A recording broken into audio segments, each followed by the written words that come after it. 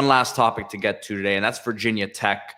They've added a couple of veterans in the game of college football, so to speak. I believe between these two guys, we got 13 years of experience at the college level, or 12 years of experience at the college level. And it's additions on each side of the ball for Virginia Tech. So Donavon Greene, wide receiver from Wake Forest, was a 4-star recruit coming out, dealt with some injuries, but was a very promising player at one point of his career. In Virginia Tech losing a lot at the receiver position. And then Ben Bell, coming over from Texas State, also played at Louisiana Tech previously, but 19 career sacks. And first of all, let's take a look at that lettuce that Ben Bell has on the top of his head right there. If he starts making some plays next year, I have a feeling he will become a national favorite on social media and a fan favorite there in Blacksburg. But 19 sacks, I said it, and you can't discount that sort of production when it comes to sacks. Yeah, and I mean the sack production, also the Pro Football Focus grade. You look at 2023, he had a 90.9 rating, 93 pass rush. That's on 513 snaps. Last year only played 4 games, 206 snaps, but 91.1 pass rush grade. A lot of high PFF grades in this Virginia Tech transfer class, by the way. But this is a guy, he only played 4 games last year, preserved his red shirt. I don't know if that was because of injury or maybe intentional to make sure he could transfer to a bigger school and then exhaust all his eligibility.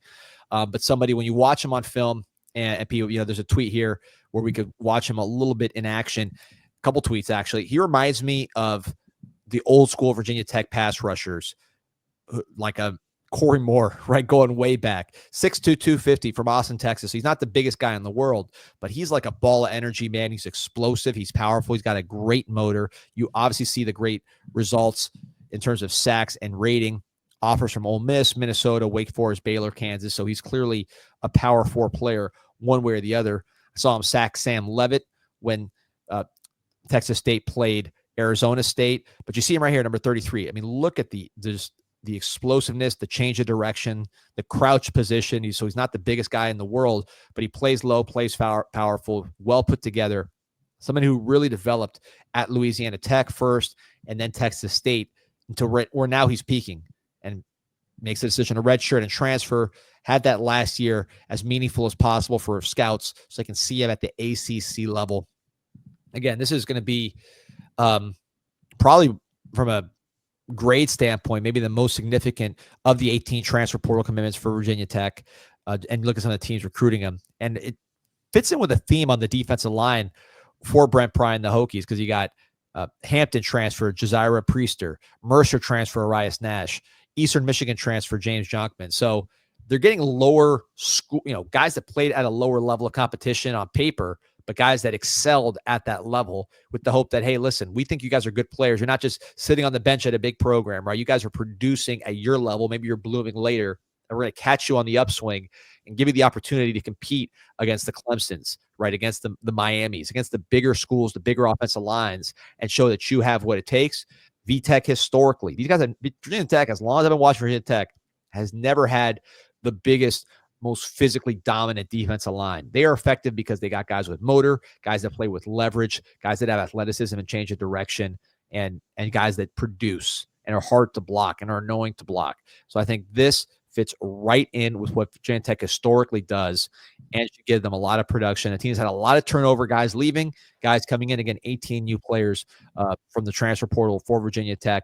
Make or break year for Coach Pry. This is a very, very interesting player on the defensive end, but they're also making changes on the offensive end as well.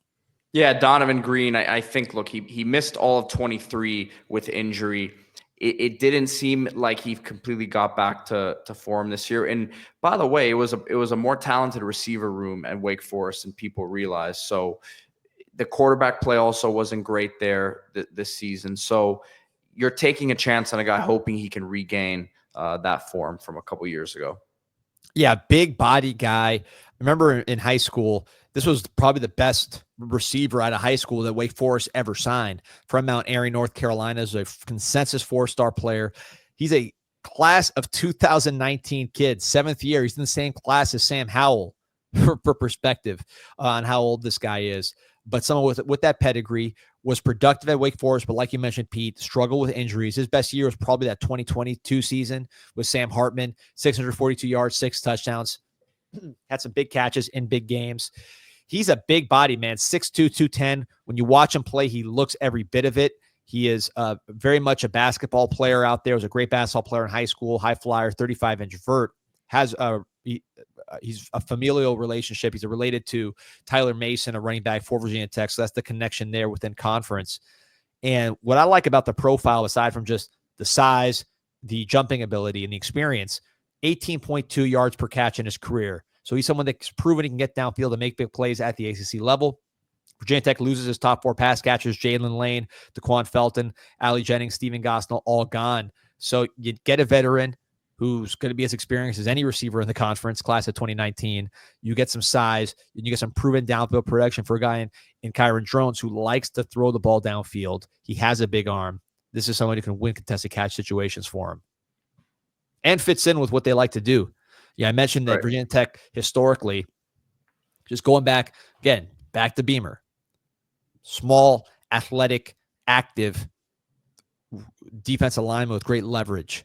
Receiver, big-bodied, contested catch receivers, and that's what Donavon Greene brings. Ernest Wilford, baby. I said it the other day when we were talking about Virginia Tech. That's the one that comes up for me. Yeah, you see it. We talked about the recruiting class and some of the guys they're bringing in 26 that fit that profile. They're doing the same thing here in the transfer portal with Greene. And D, I said that was our last topic, but I actually wanted to touch on one more thing here regarding North Carolina. And we talked about the hiring of a special teams coach yesterday from the NFL level, an offensive line coach with a lot of experience in the college level as well. So they've made a hire, or it looks like they're expected to make a hire at wide receiver, bringing in Louisville wide receiver coach Garrick McGee. Yeah, and this is kind of what you saw yesterday, right? So first of all, the staff's filling in. When the staff hires were delayed a little bit, people thought Belichick might have been keeping his toe in the water, kind of hanging around, waiting for the NFL to come calling. That's why he wasn't hiring staff quickly, because he didn't want to bring guys over and then fire them or leave. But clearly that's not the case. He is hiring staff, and this was a big one here with Garrick McGee, 51 years old, formerly the head coach at UAB, worked with Jeff Brom at Louisville for the past 2 years, also worked with him at Purdue. He is a college lifer, which is something that's, interesting. He was a college quarterback at Arizona State, Oklahoma, from Oklahoma, Tulsa, Oklahoma to be exact. But some of these guys are pro guys that Belichick's bringing in, and some of them are just pure college guys. Some have a little bit of both. This is a pure college guy. You look at his background. I mentioned Louisville and Purdue with Jeff Brom. He was at Florida, Missouri, Illinois, Louisville again, Arkansas, Northwestern, UNLV, Toledo. So he has been all around, and of course, head coach at UAB from 12 to 13. Watching him at Louisville last year, Ja'Cory Brooks, Chris Bell combined 104 catches, 1750 yards, 13 touchdowns. But what jumped out to me in particular was Ja'Cory Brooks, who I saw in high school here at Booker T. Washington in Miami, Florida. He was everybody's All-America, 5-star player, also went to IMG. He was Alabama. He was expected to be the next in line of a Jerry Jeudy, Mari Cooper, Calvin Ridley, as far as those South Florida receivers to go to Alabama and go to the first round. That didn't happen at Alabama. His stock dropped precipitously. Goes to Louisville, really rehabs his career, with McGee, ends up being one of the top receivers in the ACC, and is going to be, I believe, a pretty good NFL draft pick based on his production and his development as a senior. So McGee's shown he can develop guys. Also at Jamari Thrash, who was drafted in the fifth round. Charlie Jones drafted in the 4th round by the Bengals. So he's produced NFL players recently. If you're looking at UNC's receiving core, you lost a lot of talent. You do bring back Kobe Pace, or redshirt senior. He entered the portal and withdrew. Isaiah Johnson from Michigan State, Jason Robinson from Washington coming in. So the room with a lot of turnover, and now they got a new voice in there to mold them the right way. All right, man. A lot of stuff happening. We thought this portal would be pretty much done by now, but on top of still some craziness out there, you got the coaching stuff that's still developing day by day here, but the enrollment's coming to an end. So we'll see. I think this next week here will officially be done for the portal for now, but we look forward to doing a lot of these spring updates as spring practices will get revved up. Recruiting is going to get hot and heavy. Yeah, and we'll be down. We're down here in South Florida. We make it out to a lot of the events in South Florida in terms of the recruiting stuff. Yeah, I got the Battle 7-on-7 coming this weekend. I should be out there at least for one of those days to see some of the top prospects in America up close. Got a comment here from D3 I want to get to. You guys, what's your real take on parity with NIL and college football in the future? Right now, it's been a tremendous force for parity. I think it's going to depend on what the new rules are, right? It's a moving target. But if you have a cap, which is what I know everybody's trying to push for, that alone brings some parity. Now you got to make sure that the SEC and other schools are not subverting the cap. Because in the past, not everybody played by the same pay-for-play rules. And that was when there was rules. So you got to make sure that continues to be the case where people are, everybody's playing by the same playbook, as opposed to some schools are paying players, some schools aren't, because that really, to me, was a source of a lot of, a lack of parity, whereas now you're seeing more parity. Also, the portal. One of the things that people don't like about the portal is you only have guys for a year and they're gone.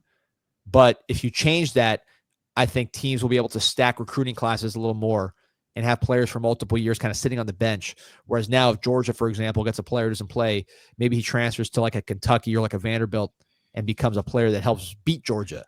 So that's what's parity now. And I'm thinking about the situations too, where not just guys coming in as young guys like that and having a sip, but like I look at programs at in the group of five level where like guys will transfer down, right? Because they're not playing at one of these other schools. And then they have a great season at a smaller program, and then they try to transfer back up to a bigger program.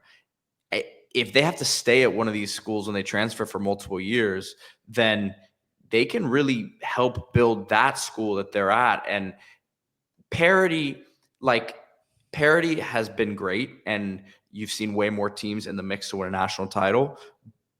But at the same time, it's only parity to a certain degree, because I don't think any of us believe that a Boise State or any of these other teams that got in as a group of five could play with these other teams in the playoff, right? Because there's just an element of that size and in the trenches, I would say, is really the differentiator. But if you can't keep guys there for multiple years at those programs because they just want to go and transfer up, it's difficult.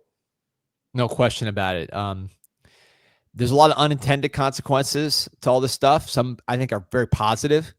So we'll just have to see what the rules are, and then we'll see what happens with those rules, because I don't think that the portal changes and the NIL changes were meant to create parity. I think they were really just a response to legal issues, but they ultimately led to parity. So we'll see what the unintended consequences are once we finally settle on actual rules.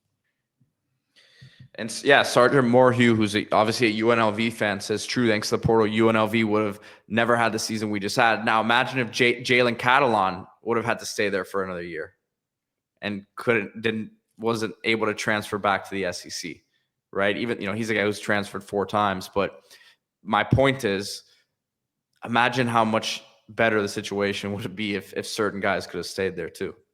Yeah, no, it'd be the fun to watch. The receiver as well, who left to Cal. He didn't transfer in, but yeah.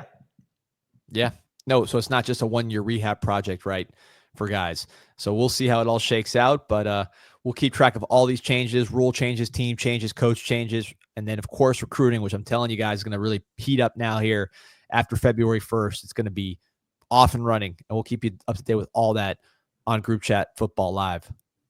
See you guys Monday. See you Monday.